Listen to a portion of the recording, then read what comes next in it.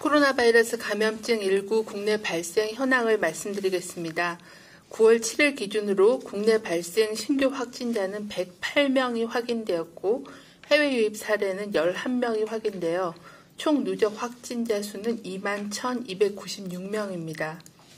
현재는 4,663명이 격리 중에 있으며 위중증 환자는 162명으로 일부 감소하였으며 사망자는 어제 2분이 사망하셨습니다. 삼가 고인의 명복을 빌고 유가족께는 위로의 말씀을 드립니다. 국내 주요 발생 현황에 대해서 말씀드리겠습니다. 8.15 서울 도심 집회 관련해서 조사 중인 5명이 추가로 확진되어 현재까지 누적 확진자 수는 532명입니다. 서울 강동구의 BF 모바일 텔레마케팅 콜센터와 관련하여 접촉자 조사 중에 2명이 추가 확진되어 현재까지는 총 18명이 확진되었습니다. 수도권 온라인 산악카페 모임과 관련하여 9월 3일 첫 확진자가 발생한 이후에 접촉자 조사 중에 4명이 추가로 확인되어 현재까지는 총 5명이 확진되었습니다.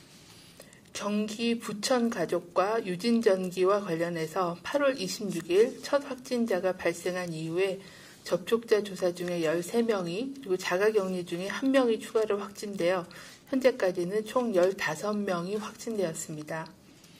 광주광역시 북구에 있는 말바우 시장 식당과 관련하여 8월 30일 첫 확진자가 발생한 이후에 접촉자 조사 중에 현재까지 총 10명이 추가로 확진되어 누적 확진자 수는 11명입니다. 해외 유입 확진자는 11명으로 검역 단계에서 4명, 지역사회 격리 중에 7명이 확인되었습니다. 추정 유입 국가는 필리핀 3명, 인도 4명, 그리고 유럽의 2명과 아프리카 1명이었습니다. 지난 2주간의 방역관리 상황 및 위험 요인에 대해서 설명드리도록 하겠습니다. 국내 발생 환자는 최근 2주간에는 일일 평균 274명이었으며 지난 1주간에는 일일 평균 국내 발생 환자 수는 218명으로 직전 1주보다는 100여 명 이상 감소한 상황입니다. 해외 유입 확진자는 최근 2주간에 하루 평균 11.5명 정도로 꾸준하게 발생하고 있는 상황입니다.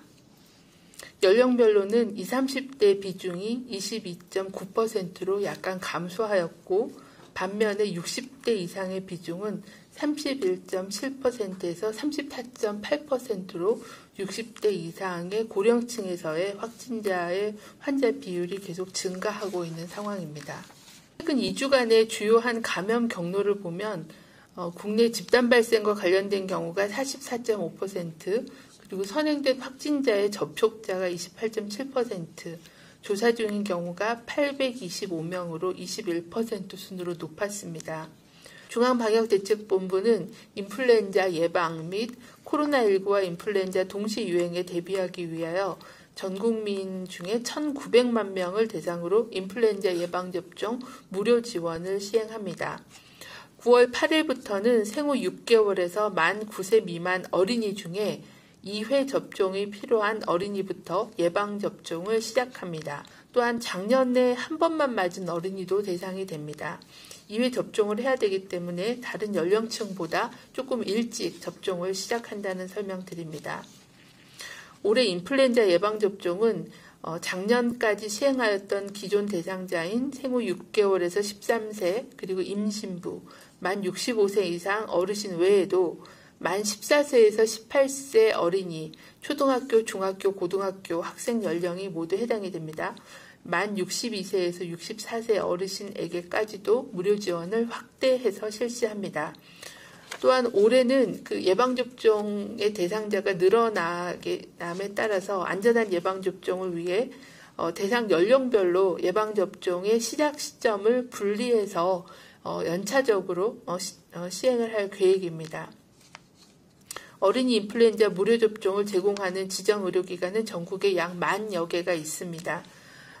가까운 주민등록상의 거주지와 상관없이 전국 어디서나 무료 접종을 받을 수가 있습니다.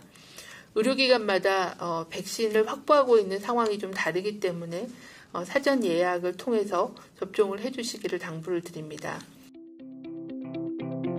영국은 해외 입국자에 대한 자가격리를 7일로 줄이고 또 입국 당시에 한 번, 입국 후 6일에 다시 한 번 코로나 검사를 검토하고 있다고 설명하셨습니다. 현재 그 자가격리 기간을 단축하는 거에 대해서는 7일 지나서 또 6일째 검사가 음성이다 하더라도 7일 지나서 양성으로 바뀌는 그런 사례들이 추가적인 그런 전파를 시킬 수가 있는 그런 위험성이 있기 때문에 아직까지는 그 부분에 대한 전환을 검토하고 있지는 않습니다. 하지만 계속 자료를 축적을 해서 좀 더 효율적이고 안전한 그런 자가격리 기간, 또 자가격리 해제 전 검사에 대한 기준은 계속 검토하고 있다는 말씀드리겠습니다.